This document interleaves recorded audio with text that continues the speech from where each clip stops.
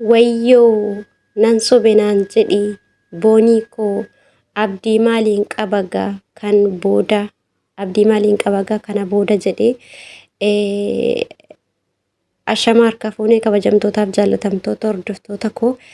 viidiyoo kana laayik sabskiraayib godhaa sheerillee godhaa baay'ee tokko nama gaddisiisa. Egaa boonini hadhaa erga boqattee baatii tokko ga'uudhaaf deemti ga'uu yuun ooltuun si'a.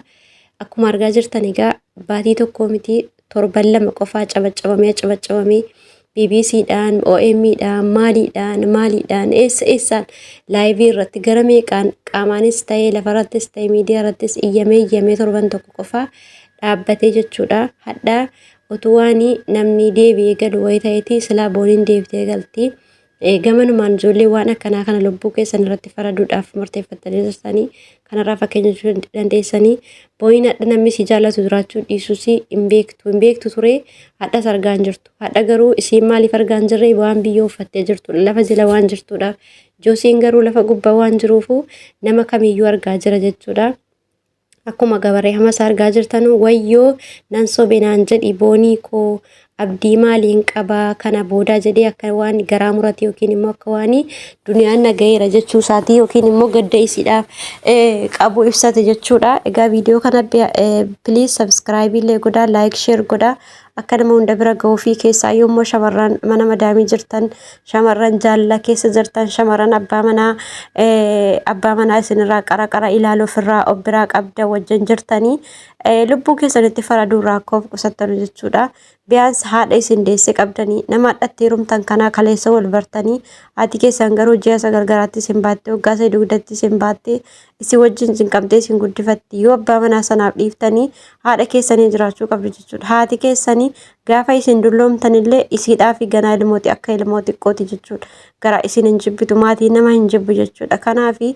utuma wayitii warri dhiiraaf jecha warri abbaa manaa kiyyaa akka narratti jaalallee biraan irratti baafatee qaraan irratti ilaalna jibbee natti jijjiira maadireeshu jettanii jechuudha. Waan akkanaaf itti godhattanu birriina nyaatee of eeggannoo godhaa itti kennitanii nyaachiftanii haatanii boo'urra gara birriitiin of eeggannoo godhachuudha jira buutanii.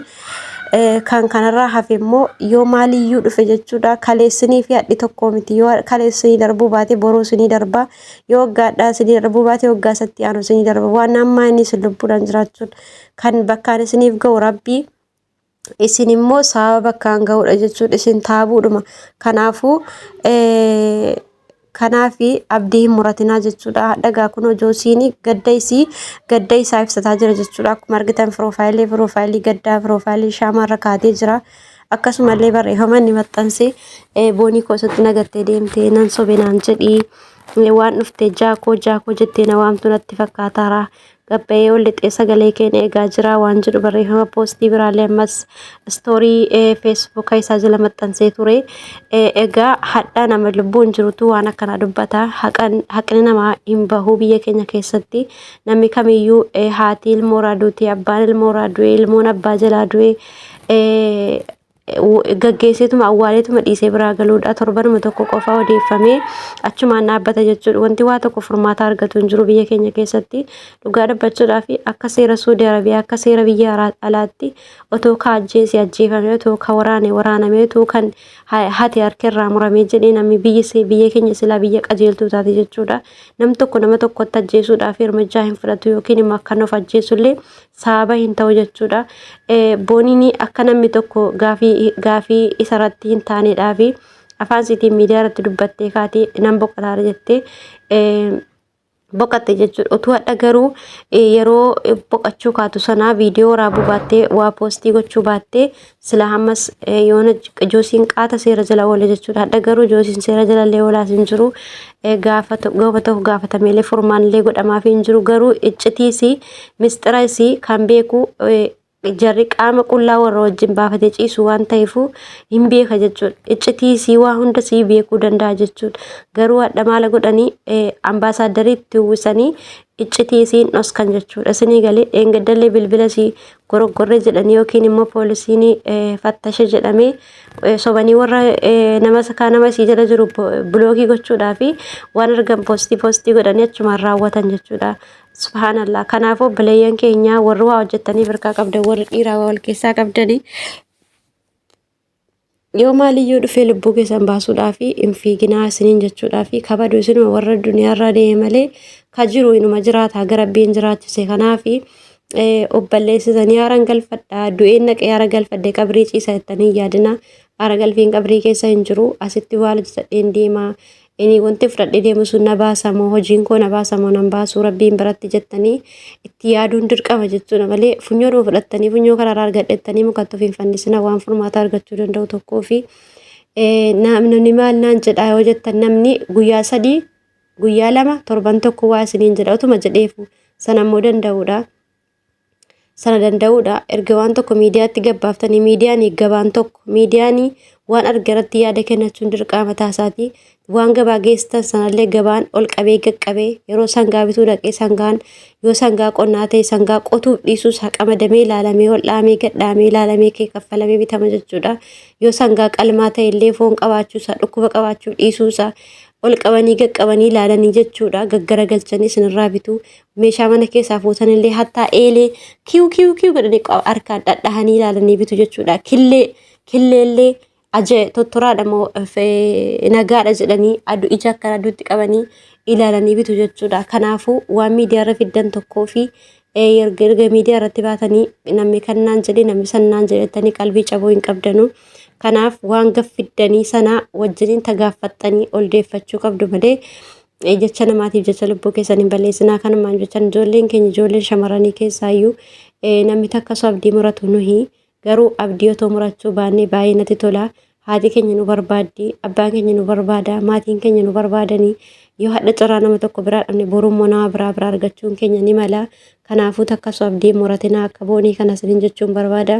boonii bu'aa bahii meeqa keessa darbitee dhuftee iddoo bareeda geessee kaatee fakkeenya nama meeqaaf ta'a yeroo bakka namni isiitti inaafu geessee bakka silaa namni meeqa anis bakka silaa warri silaa reestiroo jala jiru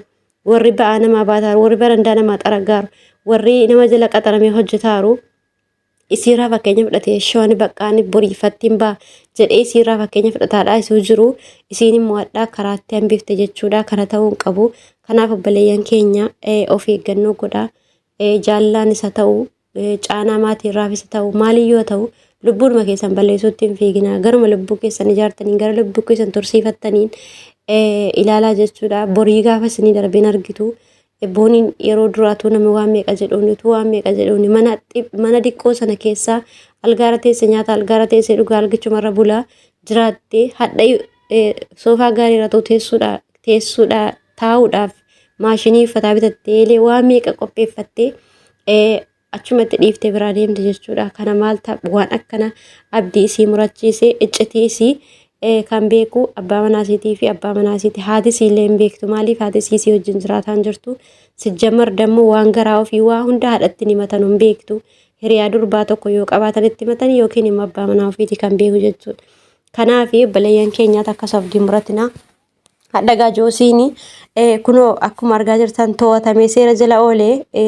dhugaa isii baasuu danda'an jiru jechuudha isiin of ajjeeftu malee dhugaa isii waan isiin of ajjeefte sababa isii tokko tokkoon hin beeka garuu namni immoo ana jedhee dhiirri ana jedhee yookiin seera jedhamee itti dhiyaatee isii dhugaa ishee baasaaru hin jiru kan gubataa idimee likkii isii gubataa jiraatu eenyudha haadha isii qofa jechuudha kanaaf kanarraa fakkeenya fudhachiisan jechuun barbaada obboleeyyan keenya egaa joosii waan gaddeense garuu poostii isaa yeroon ilaalu xiqqoon dhugaa rabbii dubbachuudhaa fi dhiimmaantu na qabee nan sobe naan jedhi boonii koo waan dhuftee jaakoo naan jettu natti fakkaataara ol bahee gadi baheen silaalaara waan dhuftee barinatti dhoosu natti fakkaataara onni jedhu garaa keessa na nyaate jechuudha wallahi kanaaf obboleeyyan keenya viidiyoo kan laayik sabskiraayib godhaa inshaallah viidiyoo biraatii walitti deebinaa turtii gaarii isiniif haa ta'u baay